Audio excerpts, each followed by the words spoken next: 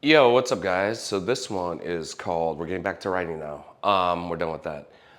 This one is called Delusional Patience. So I think those are two things you got to have to try to make it in the industry. You know, Luke sort of inspired this a little bit, but really just reminded me that I wanted to do a video on that. He did a thread talking about how you got to be delusional to try to be in the industry. Absolutely, man. Like, and people will talk about that. Like, it's as hard as like trying to get into the NBA or NFL or whatever. Like, guys tend to like think of sports. It's harder than that because in the NBA you can put up stats, so those stats are undeniable. Those are just my stats. So I've proven that I'm amazing, on the court. But as a writer, you can't prove that. How? You know? You're just like, I wrote a script and I think it's to that level, like world class. Or you don't get a shot to even try. No one's going to sign you unless they think it's world class. And then you get a shot to try to do it. But they have to agree with you. So how do you get there? You have to be delusional, you know, enough to think what's in your head is a good enough story that people want to waste their money watching it and making it, first of all. Shit, I didn't start my time. There we go. I'm just gonna ramble like on my videos, but I think that's a good starting point. So, one of my questions is this: do you know what your worst script is? Do you know what it is? Forget about your best script. Do you know what your worst script is and why? Can you answer that question?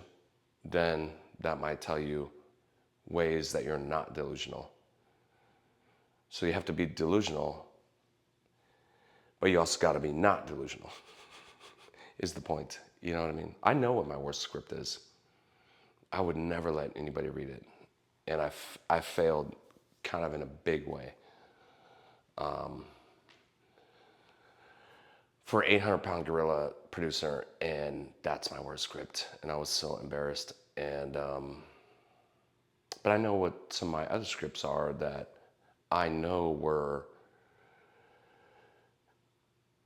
from a statistical standpoint, were well written screenplays, but just weren't the thing that people were looking for in the zeitgeist. You know what I mean? So they didn't land. But I would argue, but they're well written though. Like, you structure everything, it's well written, you just don't like it.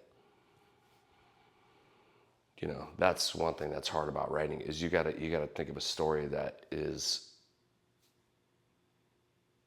you know, your best odds are coming up with a story that is. That's why I asked that question. Why you? Why now? Why now is the bigger question. Why now? Why this story right now? Because you're asking them to put millions and millions and millions of dollars into your thought of this needs to be said to the world. I think some writers don't realize that. I think they think, like, I just thought of a cool thing. It'd be a cool movie, like, and don't think of why now? Why are you trying to make this point to society? That's what you're doing. If you're like, I want to be a screenwriter, you're saying, I make points to society that all of society, millions and millions and millions of people, need to see. That's what you're doing. And some writers like, I'm scared of that. Like, you can't be. You gotta be delusional enough to be like, I get that's what. You gotta be delusional enough to be like that. Yeah, like, I get that's what I'm trying to do. I'm trying to say something to the whole planet. You know, that's a bold move. If you're trying to be a screenwriter, you're making a really bold move.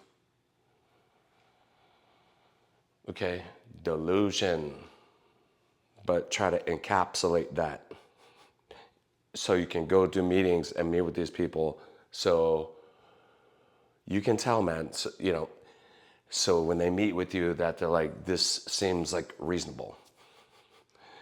It seems reasonable that we should put money into this crazy idea. That doesn't need to happen. Every time they make a movie, think about it. It's like they could start a whole business for that. $100 million. Let's put $100 million. I'm just throwing a number out, round number. Think of how many businesses you could start with that. You know what I mean?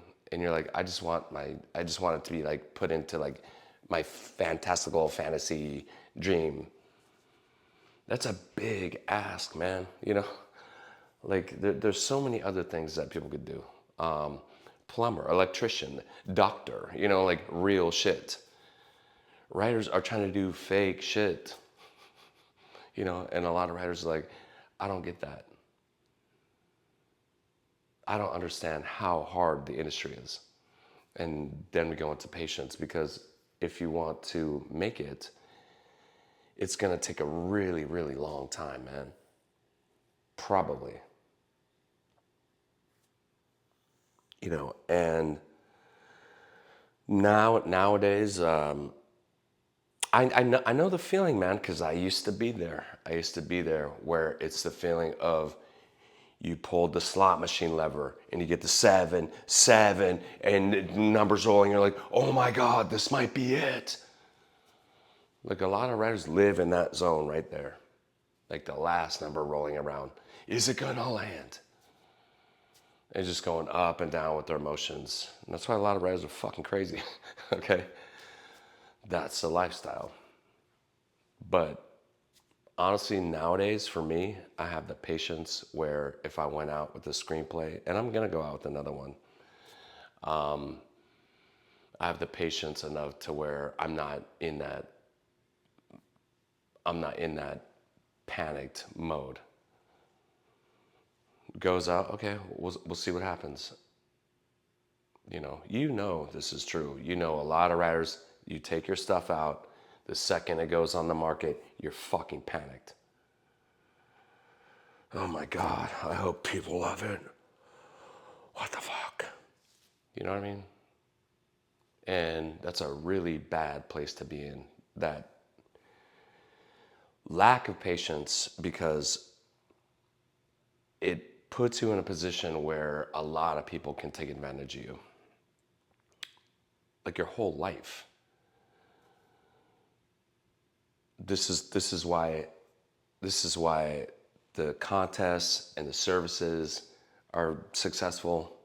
They're making millions of dollars, millions and millions and millions of dollars off writers panicking.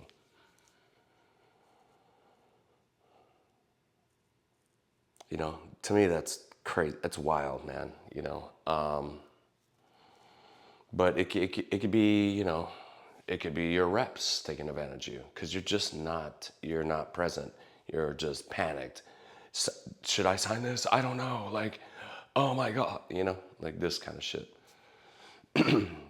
Or you get completely fucking ripped off by like a money manager or something like this.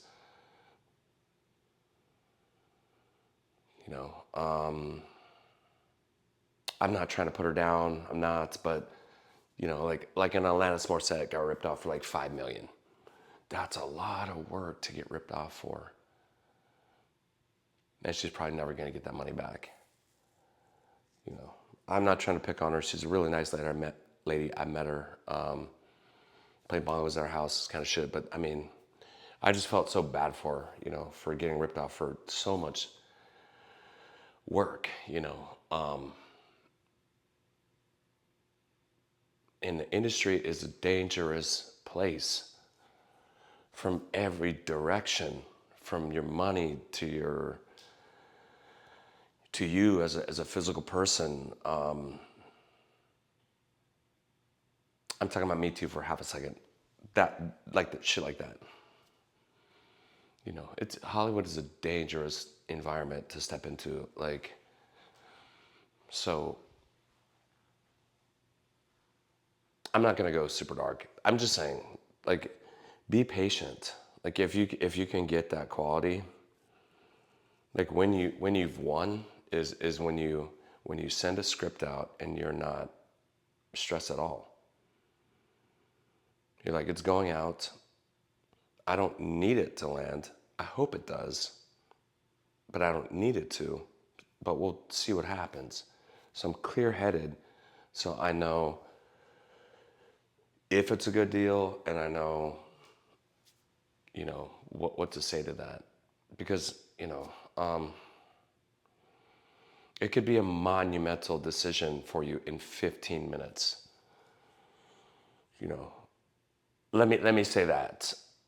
Okay, I've made that point a million times, but I don't think I've said it like that. That's probably one of the hardest decisions Gillian Flynn had to ever make in her whole life is, am I going to write this or not? Because 2 minutes ago, I did not know that they wanted me to write this thing. So you have 15 minutes to decide if you're going to write this thing. Do you want to risk that? Do you want to become a screenwriter?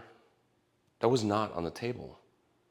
See, and if she heard me say this, I'm not saying that to be rude or anything like that, but I was there. I know the conversation.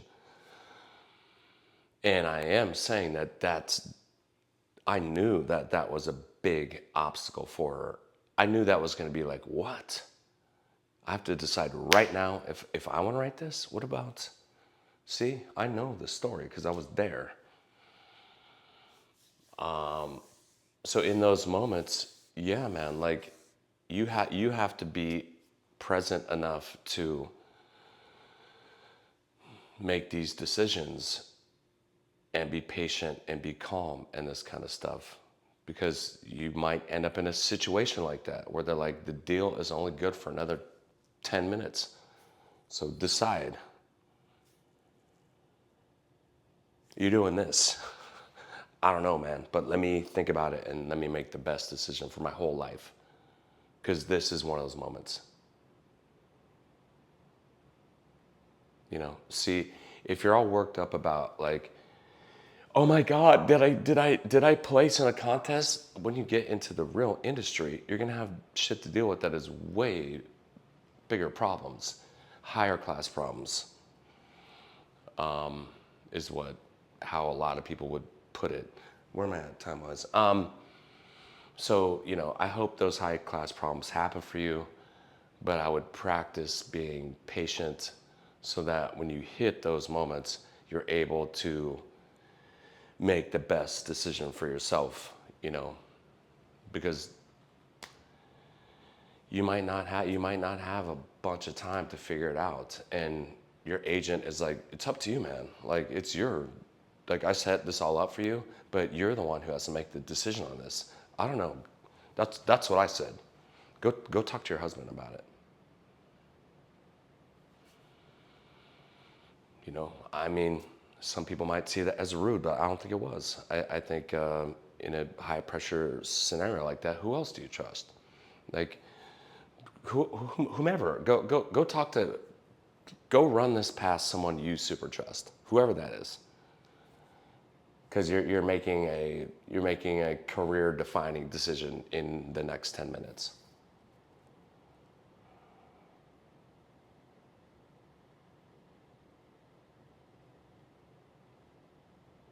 And in a moment like that, it is incredibly stressful.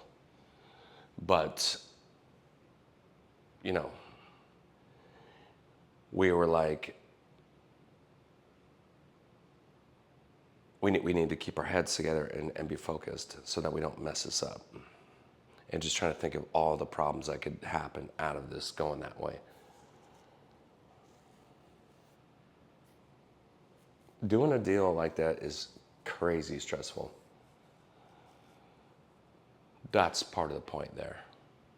The point isn't to flex. Oh, look at me. That's not the point. The point is if I ever bring that up, the point is to try to help people understand stuff, try to help you understand what you're in for in the future. Hopefully you have that high class problem at some point. You know what I mean? And so it comes back to patience as well. I'm almost done.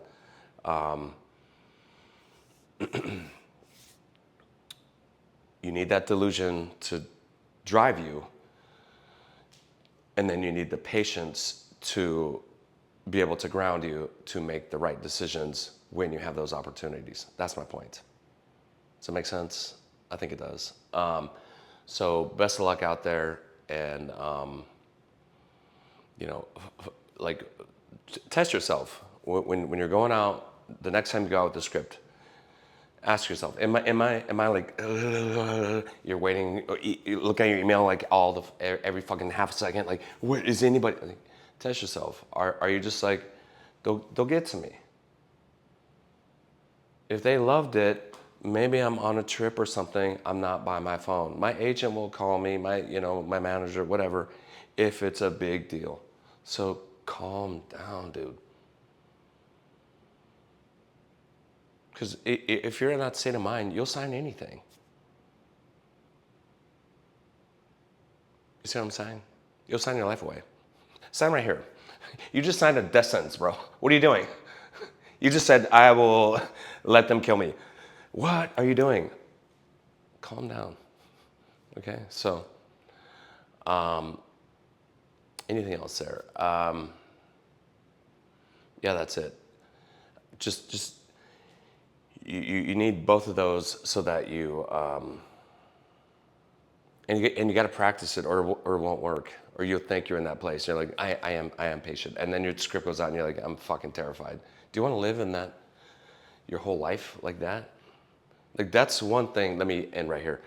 That's one thing I think pro writers are really good at is they figured out a way to just baseline. They're not like the new writers like, oh my god, oh my god, oh my god. They're baseline like this. They're calm, they're relaxed. Then they're going in and doing amazing meetings.